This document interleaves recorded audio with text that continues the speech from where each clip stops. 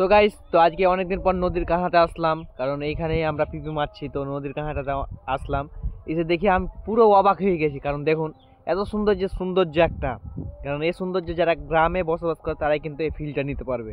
কারণ দেখুন, এদিকে চারিদিকে দেখুন, নদীর কাঁটার পাশে পাশে দেখতে পাচ্ছেন কতগুলো সরিষার ফুল। চারিদিকে শুধু সরিষার ফুল দেখতে পাচ্ছেন, কত সুন্দর।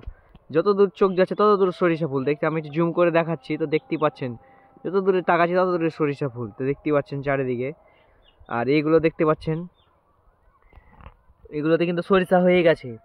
ফুল শেষের সময় কিন্তু সরিষা হয়ে গেছে। আগালে মাত্র ওই যে দেখতে পাচ্ছেন এখানে, আগালে এই কয়টাই খালি আর ফুল বেঁচে আছে। তা বাদে এগুলোতে বাকি দেখতে পাচ্ছেন ফল কিন্তু চলে এসেছে।